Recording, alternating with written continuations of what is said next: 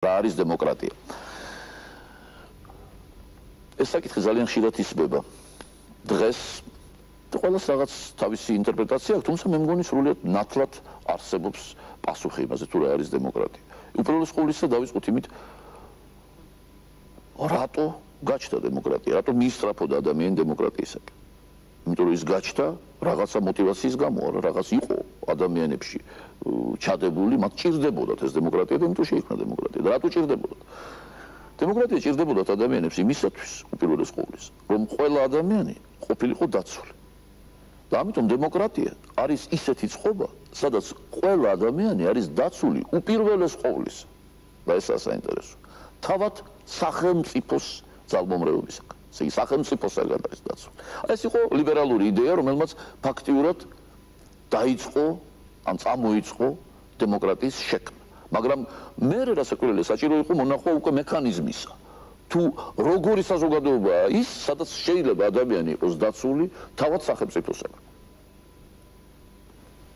და მოგეხსენებათ, რომ ყველაზე მნიშვნელოვანი ეპოქა კაცობრიობისათვის, აი ყოველ შემთხვევაში დღევანდელი ცივილიზაციისათვის, იყო სწორედ მე-16, მე-17, მე-18 საუკუნეები.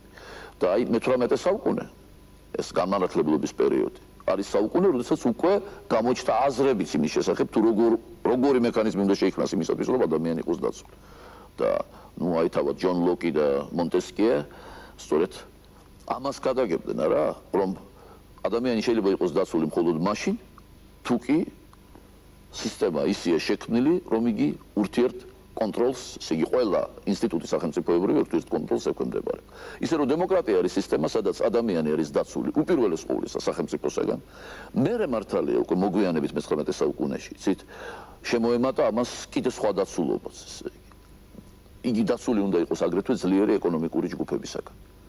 და, ნუ, ბუნებრივია, სახელმწიფო მას უნდა იცავდეს კრიმინალური ელემენტებისაგან. მაგრამ თუ კი, თქვათ, კრიმინალური ელემენტებისაგან იცავს ადამიანს, ყოველ შემთხვევაში მოვალია დაიცვას ყველა სახელმწიფო. რაც შეეხება აი პირველ პუნქტს, ამას აკეთებს მხოლოდ დემოკრატიული სახელმწიფო. ისე რომ დემოკრატიული სახელმწიფო არის სახელმწიფო, სადაც ადამიანი დაცულია და ეს არის სახელმწიფო, სადაც არსებობს აბსოლუტურად კაფიო პროცედურა, რომელსაც უნდა მიყვებოდეს ყველა სახელმწიფოებრივი ინსტიტუტი. ესე იგი, რაგან პროცედურა არსებობს, ეცაც ვიტყვი, იცით, ეს შეიძლება პარადოქსალურად ჟღერდეს. ამიტომ იმისათვის, რომ დემოკრატია იყოს ძლიერი, უნდა იყოს ძლიერი ბიუროკრატიაც. ესე იგი, იმიტომ რომ სხვანაირად დემოკრატიის დაცვა შეუძლებელია. და ამიტომაც არის ახლა ჩვენები, როდესაც დღეს აწყდებიან ხოლმე, იცით, რაღაც ევროპული ქვეყნები ბიუროკრატიას, მათ უკვირთ. ხშირად გამიგია კი, მაგრამ მე არ მეგონა, რომ ბიუროკრატია არსებობდა მხოლოდ, თქვათ, საბჭოთა კავშირში. და ახლა ამერიკელებს რო ახლა ბიუროკრატია ქონიათ. რასაკვირველია, როგორ შეიძლება ბიუროკრატიის გარეშე დაიცვა პროცედურა. და თუ კი დემოკრატია არის პროცედურის დაცვა უპირველეს ყოვლისა, ესე იგი, მაშინ ბიუროკრატია იქ აუცილებლად უნდა იყოს.